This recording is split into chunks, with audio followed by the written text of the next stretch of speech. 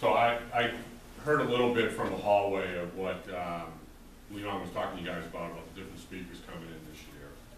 So what I want to do today is kind of give you a little bit about my background and how I've gotten to where I am today. A little bit about the Sports Commission, but mainly I want to talk to you guys about your internship. Okay? You guys are in very unique positions. High school students with internships. It's rare. I'm going to tell you, it is rare. We'll talk about what's expected, how you deal with it, how you network through it, all that stuff. We're going to kind of talk about that. I come in every year right before Labor Day and talk to this class about what to expect and how to carry yourself on your internship. Okay? And believe me, it matters. So I first came to Dallas in 1987. I grew up in Boston. I went to the University of New Hampshire. They didn't have sports management back then. So when I went to UNH, I applied for a work-study job, and I said I liked athletics. And they gave me a job in the Sports Information Office, which is today called Athletic Communications. So it's basically the PR department for the athletic teams at the school. And that's how I got started. So I did that for 3 years. When I graduated, I got an internship with the Boston Red Sox in 1986, the year they went to the World Series. And through that job, met people around baseball, media people, club people, and got a position with the Texas Rangers in 1987 when I moved here. I was 23 years old and no soul in this area. Was with the Rangers for 6 years during the time that President Bush owned the team, during the time that Nolan Ryan was there pitching. Was fortunate enough to see 2 of Nolan's no-hitters. And then in 1993, the Minnesota North Stars of the National Hockey League moved to Dallas and became the Dallas Stars. And I grew up playing hockey, and hockey's my first love. And became the first PR director of the Dallas Stars in 1993. Was with them through 2002, the Stanley Cup year in 1999. Then I left sports for a while. I moved my family back up to Boston, did some stuff outside of sports, hated it. Came back here 4 years ago and joined the Sports Commission. So what the Sports Commission does in a nutshell is we bring sporting events to Dallas. So anything you can bid on, NFL draft, NCAA basketball, WrestleManias, World Cup. We're handling the bid for the World Cup for 2026 for Dallas. So anything you can bid on, that's what we work on, and that's what we try to win and bring to Dallas. But those are the big events. We have annual events that we do, like National Cheerleaders Association All-Star Championship every year at the end of February. Over 1,300 teams from around the country come to Dallas for 3 days. We use 125 plus hotels. It's 50,000 people. It's a huge event. And we work on that almost year-round.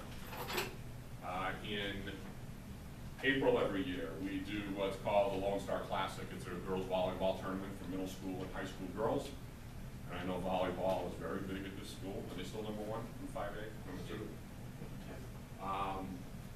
So a lot of those girls have, if you know them on the volleyball team, they've played in this event. They've taken the entire 1 million square feet of the convention center in Dallas, put 125 portable volleyball courts in there, and it goes nonstop 3 straight weekends. 80 plus college coaches come in to recruit. It's a big event for the kids that play. And then we do everything all the way down to, we work with some of the bowl games and the different football games. We work with, right now, our next event coming up is next weekend. It's called the Cotton Bowl Stadium Prep Showcase, where we bring 8 of the top 6A teams in for 2 games on Friday and 2 games on Saturday at the Cotton Bowl. Give them a chance to play the Cotton Bowl. All the way down to dance competitions, sports conferences, and things like that. So that's kind of what we do at the Sports Commission. Part of what I do at the Sports Commission as Director of Marketing Communications is I have an intern. I've been hiring interns for 30 years. To me, an internship, my responsibility to an intern is to teach. I'm supposed to teach my intern what this job's about, how to kind of navigate different things. And what I want you to get out of it is one of two things. Yes, I want to do this and I want to try to make this a career and do sports management in college. Or, this isn't for me. It's okay. This isn't for me. I'd rather go do something else. But it's good to find that out now than your junior year of college when you want to switch majors and now you're going to have to stay an extra year because you've got to take a whole bunch of classes for your new major. Every intern that I've had in the last 4 years has been a post-grad college person, somebody already out of college. That's why I'm saying for you guys as high school students, this is a rare opportunity for you to try to take advantage of. And there's different ways to do that, and we'll talk about that. Okay? I just want to kind of go around real quick. Just tell me who you're doing your internship with. Dallas Rattlers, Texas, Physical Family YMCA.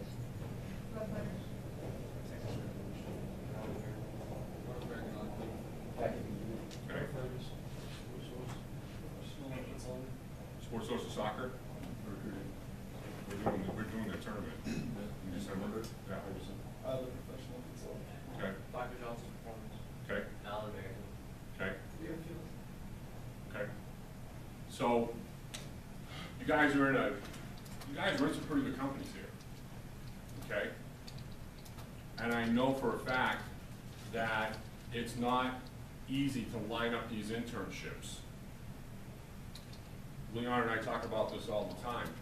It's hard enough to line up a collegiate internship, let alone trying to convince a company to take on a high school student. And these people are opening their doors to you, which is fantastic, okay?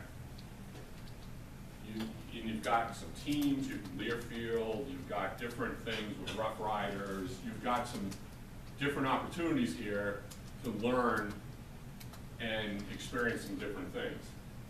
So, the biggest thing this is going to be for you guys is it goes on your resume, okay? Every year I go over to the Dallas Stars Career Fair. It's usually in February or March. They bring in probably 40 or 50 sports organizations on the concourse at AAC, and it's like speed dating, really. They bring in about 400 or 500 college kids. It's open to anybody. You got to pay a fee to get in. And they line up, and they walk up, and they hand you a resume and a quick elevator pitch, and you scan the resume, and you talk to them for a minute or two, and you go to the next person. You have no idea how many times that I see resumes, either at the career fair or that people send me, that they're sports management majors in their 3rd or 4th year of college and have 0 experience. Haven't done an internship. Haven't gone to the athletic department at the school. If you guys end up at a school like Texas, OU, A&M, Tech, they have massive athletic departments. If you want to be a sports management major, go over to the athletic department. What can I do? Where can I help? Well, volunteer, intern, whatever, get your foot in the door. But it's those people that do something while they're in college are those that are going to be more prepared when they get ready to graduate. So you can't just look at the current situation. You're always going to kind of be looking a couple of steps ahead, okay? You're there to learn. Don't be afraid to ask questions in your internship, okay? You're going to be like a sponge. Soak it all in, process it, ask questions. When my interns start, every day for the first month, when they come in the morning, I sit them down. Do you have any? We say, hi, here's what's going on today. Do you have any questions about anything that happened yesterday? They may not understand an acronym that was used in a meeting. You know, well, who's the USOC? Who's this? Who's that? Ask the question. Well, why did they say they were gonna do it this way? Tell them why. Don't be afraid to ask questions. That's why you guys have these internships. You're there to learn, okay? You're there to figure out what it is they do, how they do it, and is this what I wanna do? You wanna make sure you're coachable, meaning for anybody that plays sports, listen to who's mentoring or in charge of your internship and learn from it. You want to make sure you're a team player. It may not be part of your internship, but they may say, hey, SportsSource has our big collegiate soccer tournament this weekend, and I know that's not part of your internship at school, but we really would like you to come help out. Okay, what time you need to be there. Be the team player, make the impression you want, that you want to help out, you want to do it. I'm assuming that you guys have all emailed your contact at your internship. When do I start? Where do I need to be? What time do I need to be there? Okay? Something I mention every year, and it always gets chuckles out of everybody, is your appearance. Shower in the morning before you go to your internship. Comb your hair. Make sure you're wearing the proper clothing. If they say no jeans and sneakers, don't wear jeans and sneakers to your internship, because I know you're coming to school afterwards, but still, you're in a professional environment. If they tell you no t-shirts, golf shirts, or collared shirts only, make sure you're following what they tell you, okay? Comb your hair, okay? It's all stuff that matters. You're there to make an impression. You want these people, you want to go in there and do the job, do it the right way, and make an impression so that they remember you, and that if an opportunity comes up after you leave, they think of you. If you ask them for a referral, you've made the right impression and they're glad to give you that referral. Okay? Being on time is so important. You know, when I used to work for the Stars, we'd be on the road and the bus would leave at 5 o'clock from the hotel to go to the rink. That meant be on the bus at 4:45. There's an old saying, being on time is being late. Be early. They tell you to be there at 9 o'clock, don't stroll in at 9:05. If people will like it, and you'll hear about it. Make sure you do whatever you have to do to be on time. Okay? If you're gonna be late, call or email your contact. Don't blow them off. You don't want them sitting here going, well, geez, it's 20 after 9, you're supposed to be here at 9, where is he? It's little things that matter in these internships, okay, that will help you out. Just remember, they might ask you to do something, you might sit there and go, why are they asking me that? Well, they could be testing you. Does this guy have to do, or girl, have to do what it takes attitude? When I went into my internship with the Red Sox, I wanted to be in this business so bad that, you know, all right, what do you need me to do? I had to go get my boss's car washed.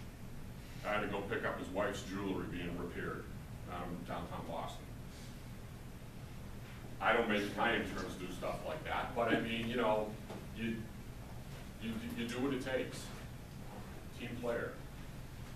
You want that positive referral, that positive mindset while you're doing your internship and when you leave. You want them to say, yeah, that guy was good.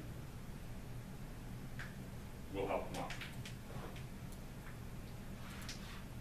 So one thing I want to talk about now is social media. Before you do that, one thing that they did add to their letters to their supervisors, Yeah. they'd already created their LinkedIn profiles, they customized the URL on it with their Okay. name, but they also put that at the bottom of the email with their cell phone number, their personal email, and then my LinkedIn profile, and all they do is click, and there was the profile that they created. Well, and conversely, make sure you get from your contact their email, their cell phone. How do you, ask them, what's the best way for me to contact you if I have to call in sick or I'm late? They may say, well, text me. They may say, email me. They may say, do both. Ask that question, okay? So now, social media, and I'm talking more Twitter, Facebook, Instagram, stuff that's out there on the web. Remember, anything you post on media, somebody will find it, even if you take it down. There's been some controversies with some pitchers in Major League Baseball lately where these guys are middle-of-the-road players and they had a great game, and then somebody goes and digs on their social media and finds something from 2010 that they put up when they were young and stupid. And it came back to bite them.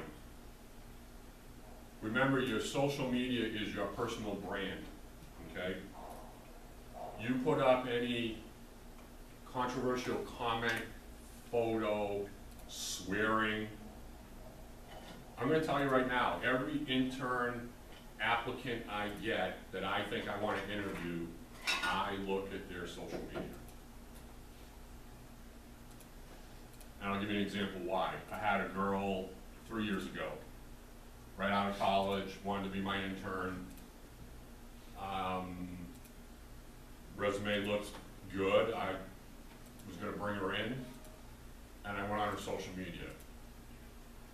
And every other picture, she's falling down drunk, out at a bar. All she's doing is talking about partying. I didn't interview her because I've seen this movie before where they start coming in late.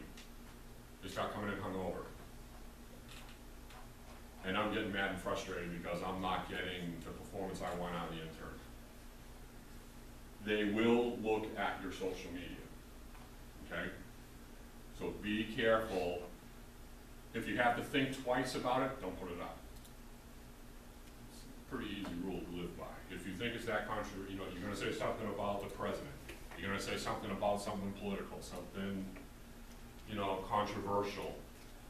Think twice before you put it up. Because people will look at your social media. There was actually a controversy yesterday with J.D. Martinez of the Red Sox. He put, and I didn't, I saw the headline, I didn't read what it was, but he put up some type of post that had a photo of Hitler or referred to Hitler in it. And that created a firestorm now because it was controversial. The same thing, it was one of the baseball pitchers when he was a young kid, I think he was in high school, used the N-word in a tweet. Came back and bit him. You just had that NASCAR driver a couple weeks ago lost the sponsorship for a race for something his dad said 30 years ago before he was born. Yeah, I mean, so people that put stuff up on social in 2010 or earlier, they still find it. It still comes back. Just remember, nothing ever gets erased from the internet, unfortunately. So be very careful, and if you think you need to go in to your own social media and clean it up, or even delete your accounts, do it. Think twice if you have anything like that you put on your social, okay? Something I want to talk about now is probably the most important thing you can get out of your internship. The most important thing you can do while you're in your internship, and that's networking. LinkedIn is a valuable tool because it builds your network. But in order to build your LinkedIn network, you have to meet people at your internships. Okay? I was talking to a friend of mine last week. His company is approximately 70 people. In the last 4 years, 40 of those people are new. But what that means is the 40 people that left the company are now contacts at